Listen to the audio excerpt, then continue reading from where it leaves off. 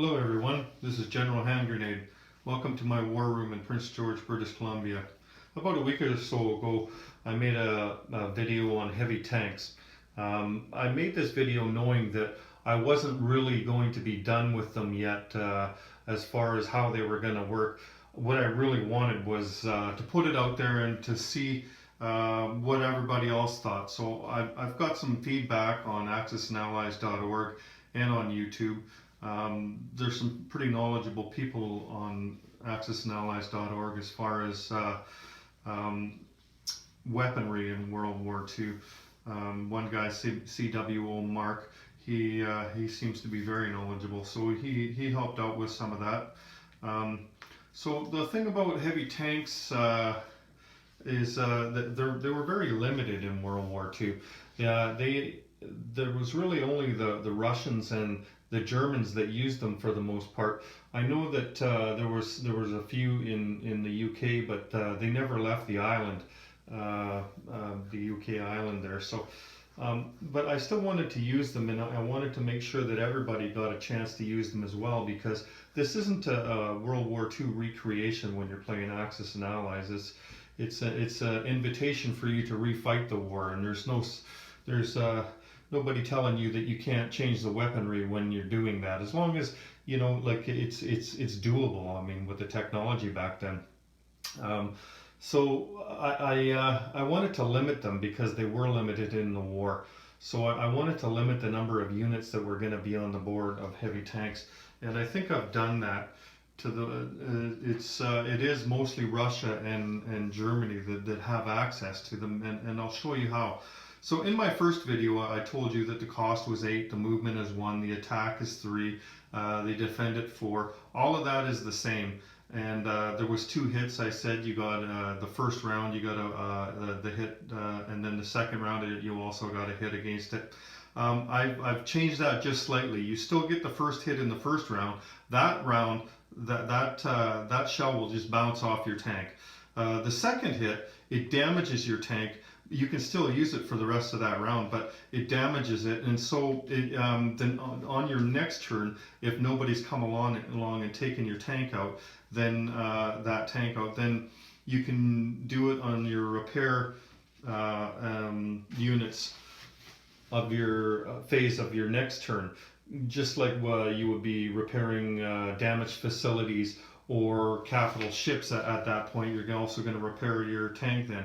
So your tank is sort of going to be exposed until that time. If somebody comes along in the meantime, you don't have those extra hits while it's sitting there.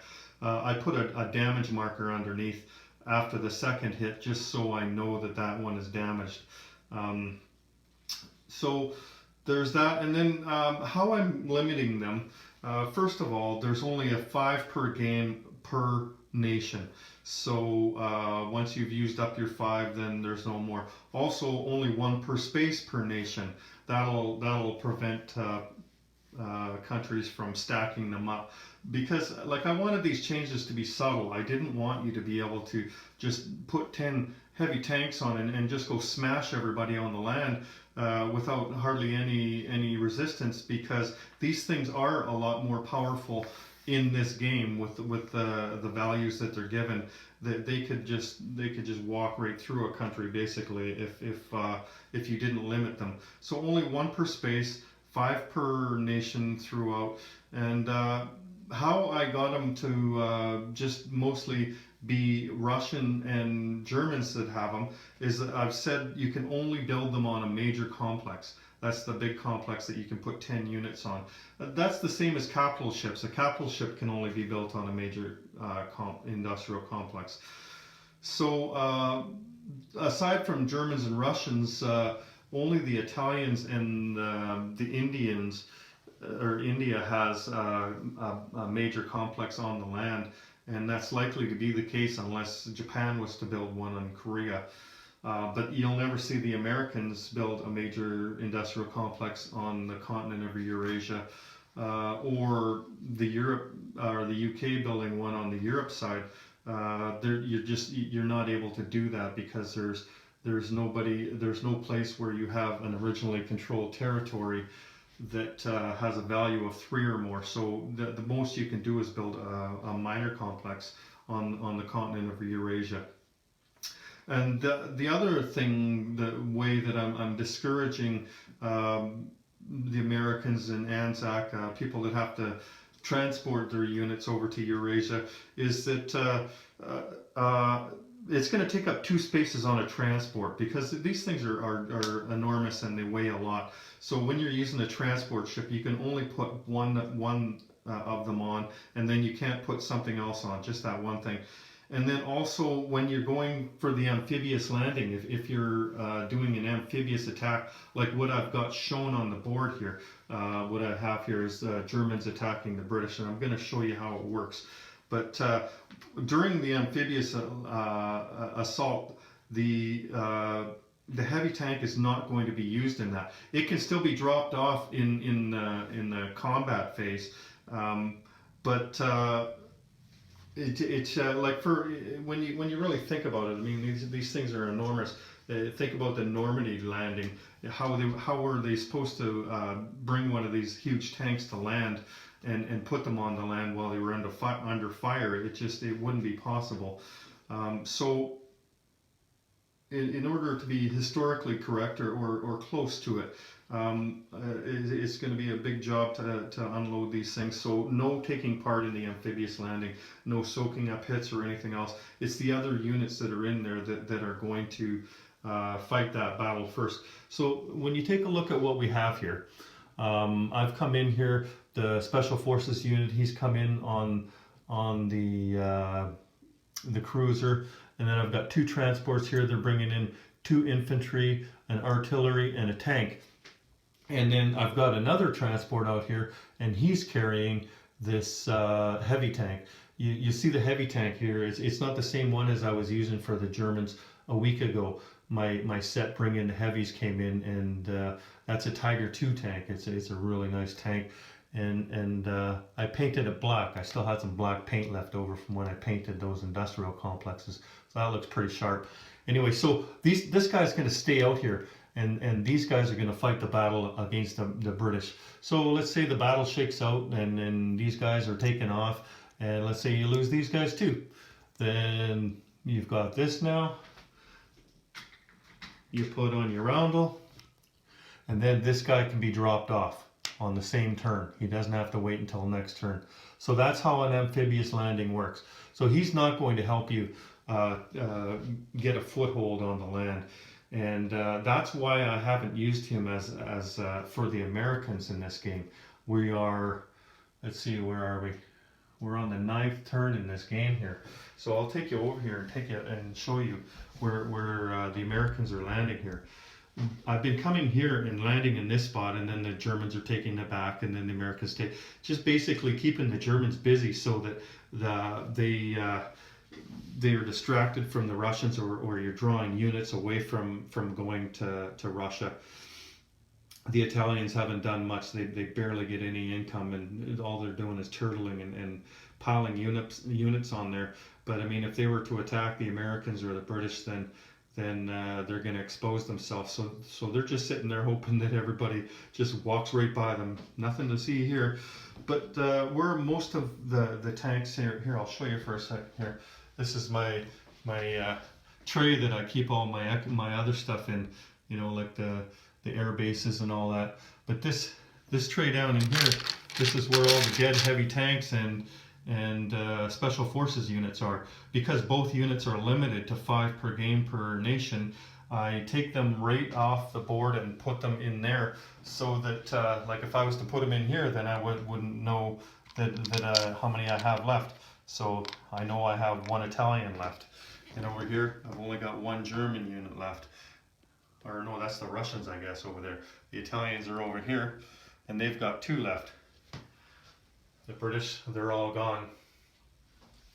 Let's see over here, the Japanese, they've got 3 heavy tanks left, because they've got to bring them across on a transport, and they haven't used them as much either. Plus the Japanese have a long ways to go to get to India, so the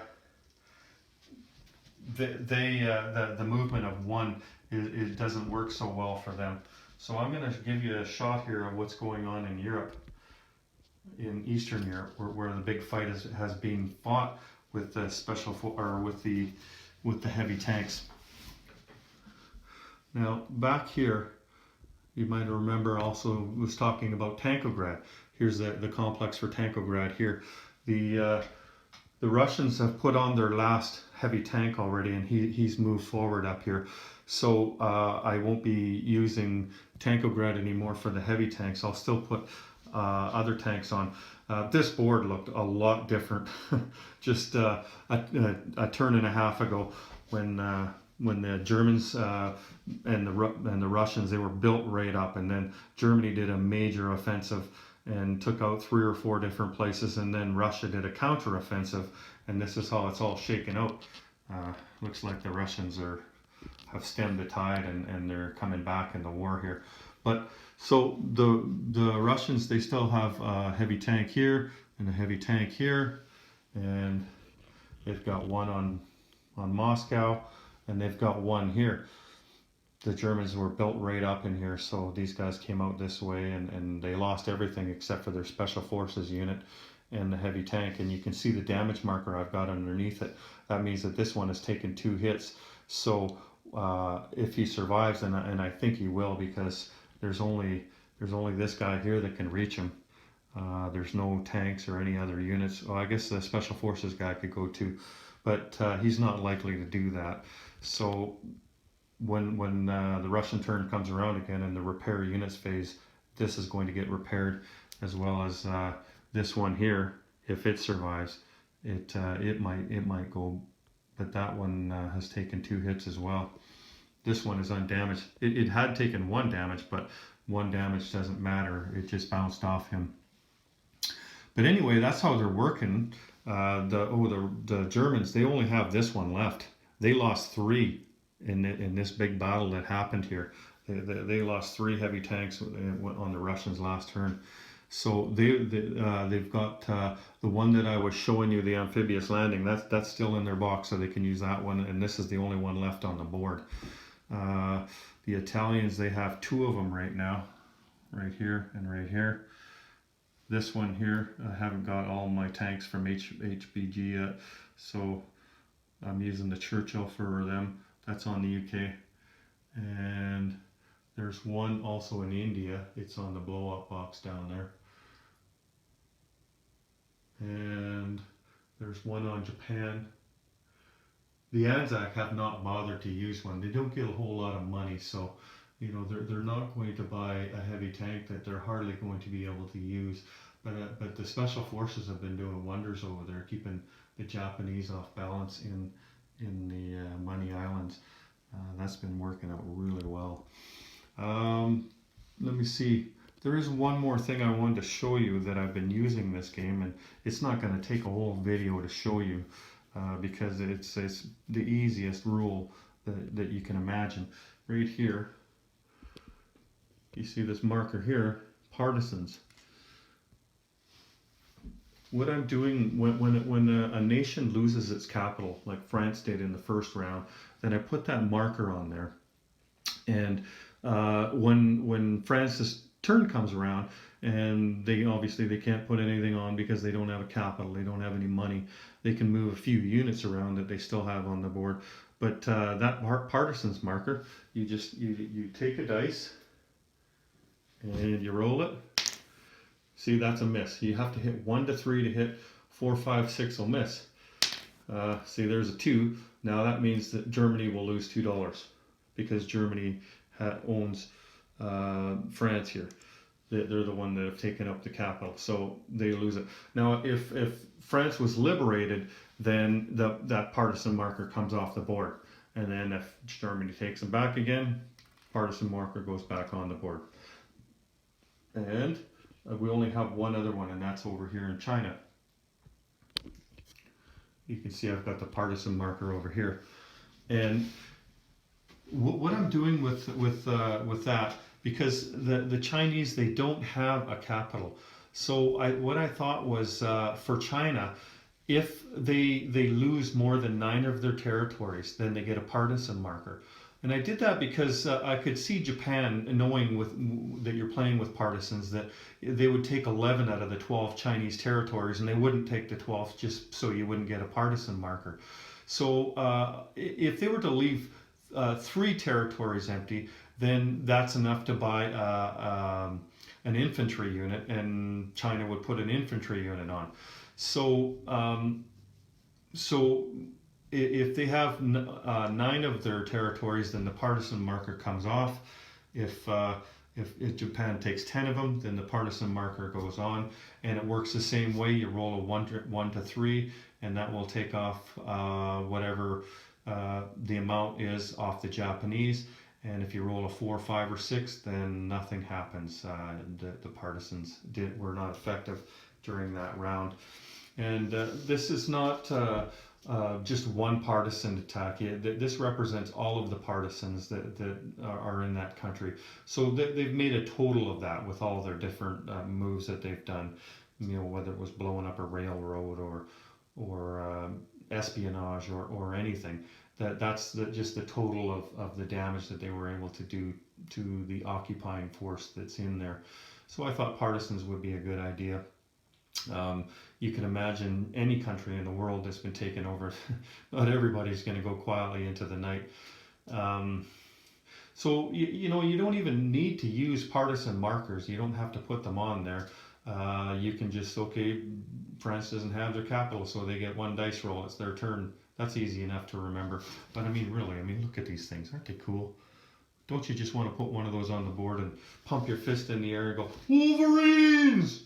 Of course you do. So that's partisans. And that's heavy tanks. That's finished heavy tanks. Now that I've had a chance to get some input and I've tested them, I think they're working out really, really well by limiting them.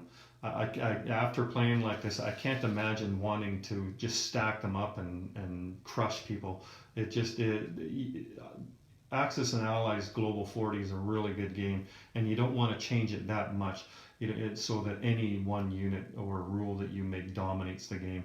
And this has worked out really well. So heavy tanks are done. Thank you. Have a good day.